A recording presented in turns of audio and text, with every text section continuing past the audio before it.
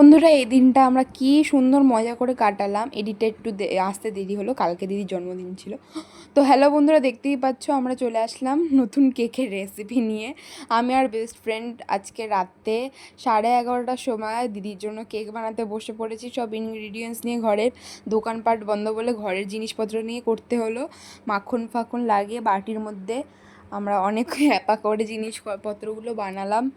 আর এখানটায় আমরা যা কেক বানিয়েছিলাম সবার ভাল লেগেছে। তো দেখো, এখন অনেক 15-20 মিনিট এখানে গ্যাসের মধ্যে জল দিয়ে বসিয়ে দিলাম। আর হচ্ছে এখানটা কেকটা নামানোর পরে সুন্দর দেখতে লাগছিলো, খেতেও ভালো হয়েছিল। চকলেট দিয়ে দিলাম আর চকলেট বল দিয়ে দিলাম। রাত্রির 12টা বাজলো, দিদিকে ফোন করে ডাকলাম, তো ও চলে আসলো কেক কাটতে। দেখো এখানে কেক কাটছে আর আমরা জোরে জোরে হ্যাপি বার্থডে বলছি। তো আমরা রাত্রেবেলা অনেক মজা করেছি। তার পরের দিন আমি স্নান করে দেখো রেডি হয়ে গেলাম, দিদিও রেডি হয়ে গেছে। এখন মা পাতে ভাজাভুজি, জল, পায়েস, মাংস, চাটনি, মিষ্টি দিয়ে দিল। আর দিদি খেতে বসে গেছে অলরেডি, তো এখন খাচ্ছে। আর মা রাত্রেবেলা যে রান্নাগুলো করবে, মানুষজন আসবে, রান্নার ইত্যাদি ইত্যাদি ব্যবহার করে রান্না করছে। আর এখানে দেখো লুচি, ঘুগনি আর হচ্ছে ছোলার ডাল করেছে। আমরা তো অনেক মজা করছিলাম, আমি পাগলের মতো নাচছিলাম এখানে দেখো।